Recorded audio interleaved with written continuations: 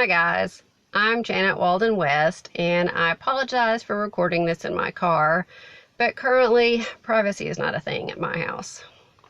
Today I'm reading from Stalking Horse, my urban fantasy contribution to the Concrete Dreams, Witches, Warriors, and Wise Women anthology from Prospective Press. My story is set in a fictional Tennessee mountain town at a luxury farm-to-table resort, and it's loosely based on a real resort near me.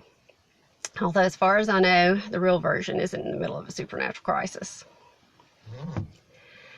My newish partner was on a roll, more reckless than the caffeine-hyped morning drivers blowing by us. We need to cultivate a better quality of cases, she grumped. The cases are fine. Really, Samantha? We need more Rodeo Drive instead of rodeos. Mud masks instead of mud. Filet mignon instead of Burger King. There was steak involved last time. That was a bull demon, not steak. You bit it. Same difference. Rachel's eyes turned the color of swamp gas, a murky green visible even through her sunglasses. We will never speak of that again. Turnabout was fair play, though, even with an irritated Kelpie. Right. Like you haven't put me in some hellish situations. A makeup counter is hardly hellish. My voice rose over the whine of our tires. It was Sephora on Black Friday, and someone stabbed me. With an eyebrow pencil. You are so dramatic. She rolled her eyes back to plain human green and flopped against the passenger seat, as dramatic as she just accused me of acting.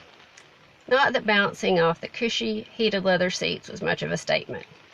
Rachel's ride, which she'd insisted we use in place of my more serviceable truck. Her lifestyle bore little resemblance to mine, or to my old lifestyle anyway, although there was something to be said for sleeping in hotel rooms instead of my truck. Thank you for facing down the shopping hordes for me, Rachel said. You were very brave. A smile curved her lips. Well, I suppose it wasn't the worst experience I've ever had. She swiveled in her seat, facing me, and sincerity replaced her teasing. Everything is better if you have someone to share it with. I owe Andrea for pairing us on that wisp hunt. I wasn't sure what to do with the serious turn in our conversation. Supernaturals took the owing of favors with a life-and-death fanaticism. Rachel had only agreed to that hunt, one she'd never have touched otherwise, especially working with a human like me, to discharge her debt to Andrea. Saying she owed Andrea again meant Rachel willingly put herself back under a gauche. That she thought I was worth another binding promise. That's a lot to promise, I mean. I was glad too, though, although I was still adjusting to a lot more than a higher class ride. Rachel nibbled at her lip, a true oddity, because she never risked lipstick on her teeth. Having someone that I can be real with, someone I can trust implicitly, that's close to priceless.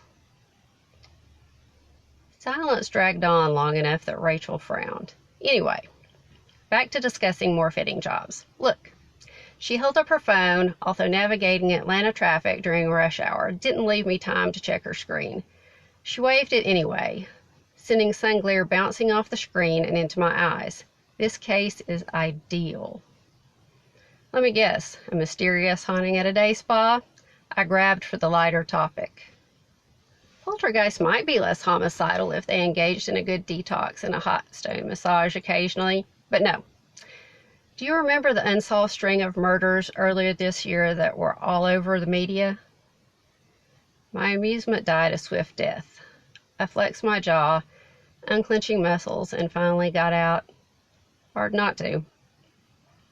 The murders had been brutal, women disappearing, then the bodies turning up days later.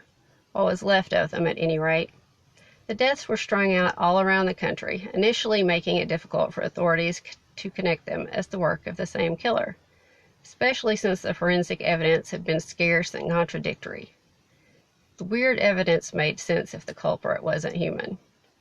My old partner had sworn that was the case.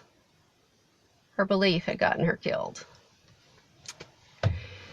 If you enjoyed the beginning of Sam and Rachel's adventure, and want to know how it ends up for my girls, go pre-order a copy of Concrete Dreams, Witches, Warriors, and Wise Women from Prospective Press.